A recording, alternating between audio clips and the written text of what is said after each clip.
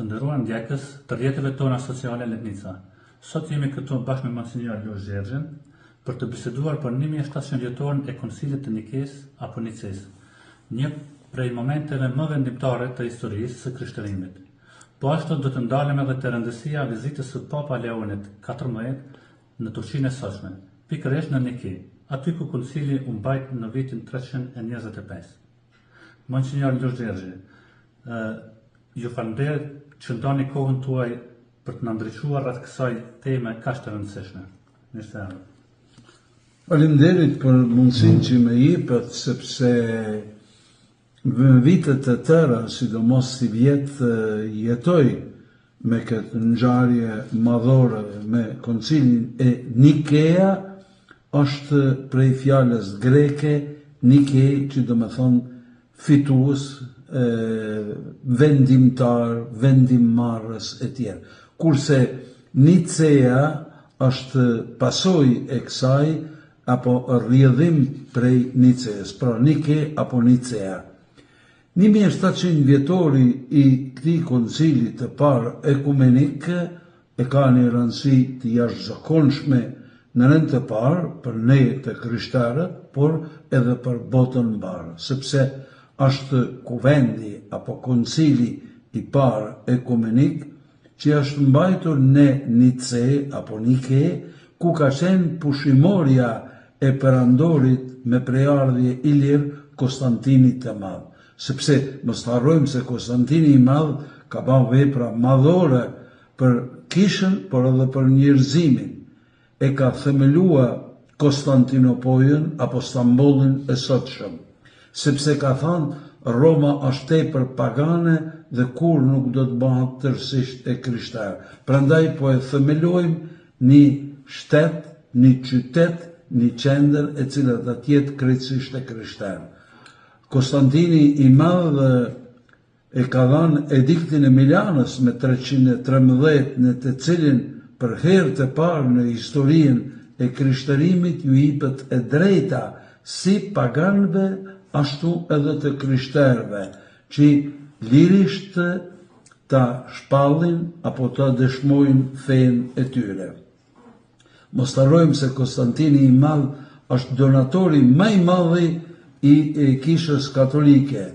Sot ku është Bazilika e Shën Pjetrit, ku janë edhe kishat dhe bazilikat tjera, dhe çka ka prona të patundshme në Rom, por edhe gjithju kryesisht janë vepra dhe donacionet e Konstantinit e Madh. Mirë, po Konstantini i Madh, për mendimin tim, veprën më madhore e ka bërë me thirrjen e Koncilit të Nices, me financimin e Koncilit të Nices, me pjesëmarrjen dhe udhëheqjen e Koncilit të Nices. Pse e ka bërë këtë gjë?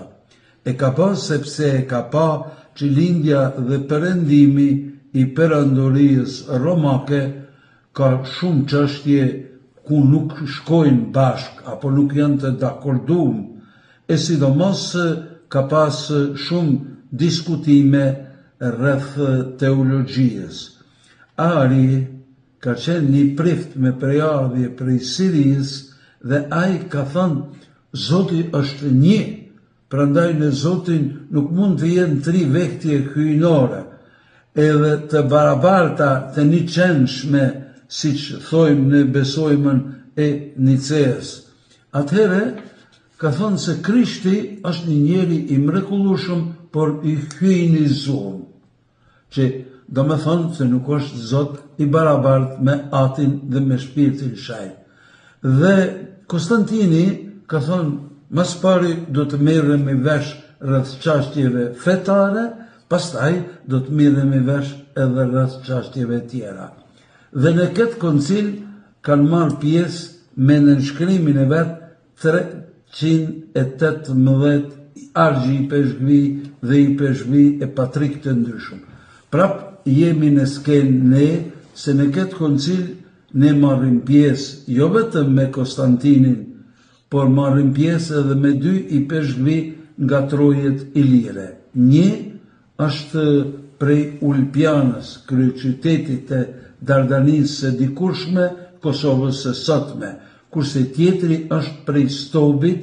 Stobi sot është gërmall arkeologjike, siç është edhe Ulpiana e vjetër.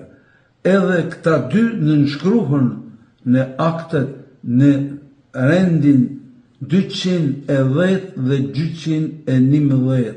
Është daku prej Ulpianës dhe budi prej Stobit Maqedonia e sotme veriore. Prandaj, rëndësi të jashtëzakonshme dhe vendimtare ka se e ka thirrë një ilir, e ka financu, e ka kryesu dhe Konstantini i Madh ka dashur nëpërmes teologjisë së përbashkët apo të njësuar ta bajnë edhe njësimin e shtetit të vetë të perandorisë së vetë romake.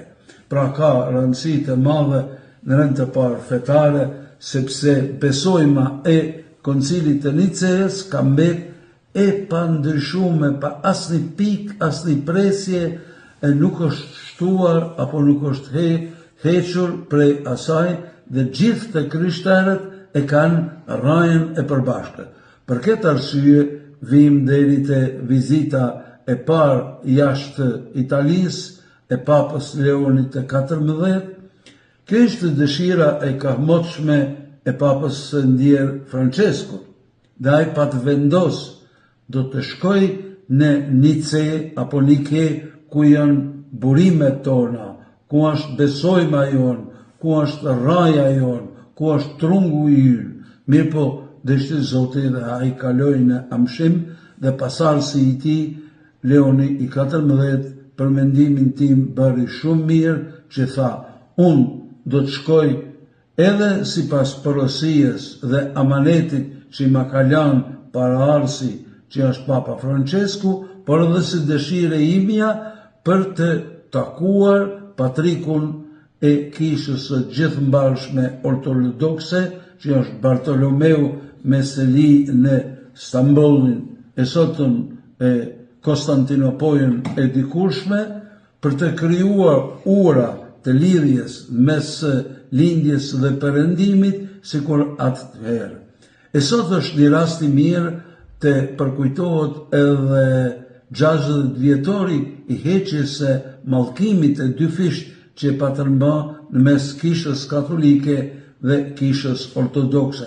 Me 1054 u shputun u ndan njëra prej tjetrës dhe me një mënyrë anatemun e mallkuan njëra tjetër. Dhe këtu e kemi prap një protagonist me prejardhje shqiptare. Është Atenagora i parë, i cili ishte me prejardhje shqiptare. Ai u takua 3 herë me papën e atërshëm Palin e VI në Selin Shajte, do më thonë në Rom, ma parë u takua në Jerusalem dhe së fundi në Stambol, dhe me 7 dhjetor të vitit 1965 mënyrë reciproke e hoqën mallkimin dhe e hapën rrugën e dialogut dhe komunikimit mes dy kishave më të mëdha, apo siç i quajtën ata kishat motra. Prandaj gjithë kjo është një histori e lavdishme, tregon lashtësinë tonë, tregon krishtërimin tonë, tregon domethënien që i kanë pas njerëzit tanë, si në Nice, si në Koncilin e dytë të Vatikanit, tregon se si një shqiptar është pjesëmarrës i heqjes së mallkimit të ndërsjellët mas 1000 vjete ndarje, aty këtu edhe përçarje e sidomos mos kuptimi mes kishës katolike dhe kishës ortodokse. Atëherë, si e lidhëm këtë histori me misionin dhe identitetin tonë shpirtëror sot me shqiptarët edhe me vendimet e Nicës? Fatkeqësisht pak e njohim vetveten dhe rrënjët tona, për këtë arsye kam punuar dhe kam studiuar moti këtë tematik dhe jam i lumtur që sot mund të shpalosim rezultatet e studimeve dhe analizës. Jemi një popull i lashtë, jemi një popull me një tradit 2000 vjeçare të krishterë për Shën Palit dhe deri në Shën Nana jonë Tereze, siç e kam shkruar në një libër kushtuar nanës sonë Tereze, nuk e njohim sa duhet vetveten, prandaj thirrja ime është t'i kthehemi vetvetes dhe t'i kthehemi te vërtetës. Mos mendojmë se jemi një popull i vogël dhe periferik. Më pëlqej shumë një shprehje që Papa Leoni e ka thënë në katedralën katolike në Istanbul, në Konstantinopol dikur, kur thot fuqia e Krishtit dhe e krishterimit nuk është në numra, por është në virtyte, është në vlera, është në cilësi, apo siç thot edhe Krishti, ju jeni krypa e botës dhe ju jeni drita e botës. Krypa është ajo që e ruan ushqimin për mos u prishur dhe i jep shije, kurse drita është ajo që e lufton terrin dhe e lufton robrinë dhe të keqen. Çfarë mesazhi i jep rikthimi në vendin ku përcaktua kredoja e krishterëve, që ishte në vizitë Papa Leoni? Papa Leoni aty ka dhënë një porosi të jashtëzakonshme në rend të parë botës së krishterë.